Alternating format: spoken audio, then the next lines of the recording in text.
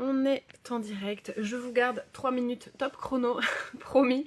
Petit coucou en live très rapide parce que je sors d'une séance de coaching de groupe avec mes clientes du programme Level Up. Et on a parlé d'un truc que je voulais vous partager. Je me suis dit que ça pouvait faire du bien à certaines d'entre vous. Moi j'ai besoin de me le rappeler aussi de temps en temps, donc je pense que voilà, c'est d'utilité publique. Cette notion de ne pas oublier de regarder en arrière de temps en temps, voire même sur les côtés, autour de soi. Le coaching, c'est très axé, on regarde devant, on avance, on se focus sur ses projets, on se met en mouvement, on se met en action, on crée des habitudes, etc. Le coaching, c'est tourné vers l'avant. Là où d'autres pratiques vont être plus tournées vers l'analyse de ce qui s'est passé derrière.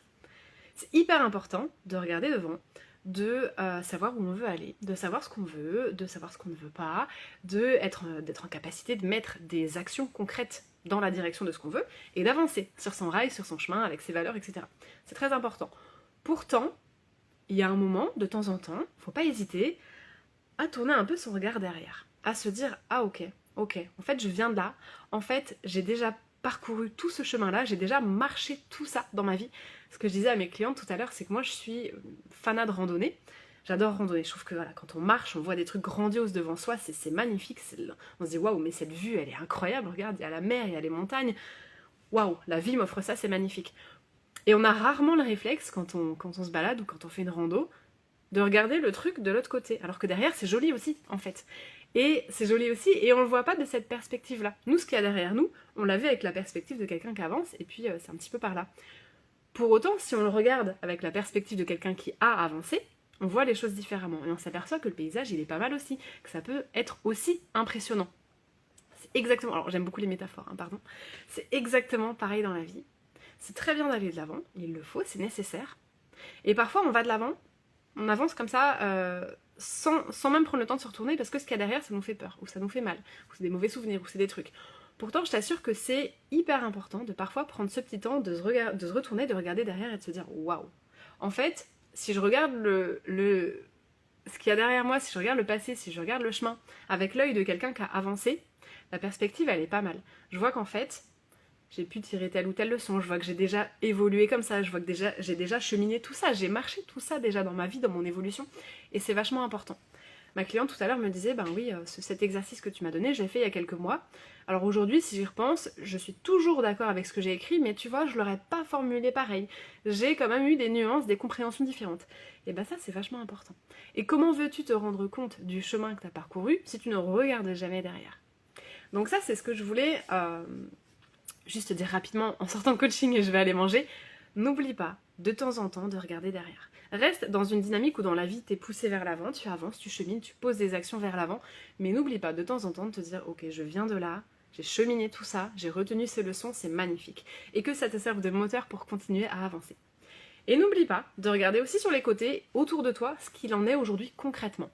Parce que on a tendance à foncer tête baissée à la recherche de plus d'épanouissement, à la recherche de plus de bonheur, à la recherche d'une meilleure santé, à la recherche de plus de confiance en nous, etc.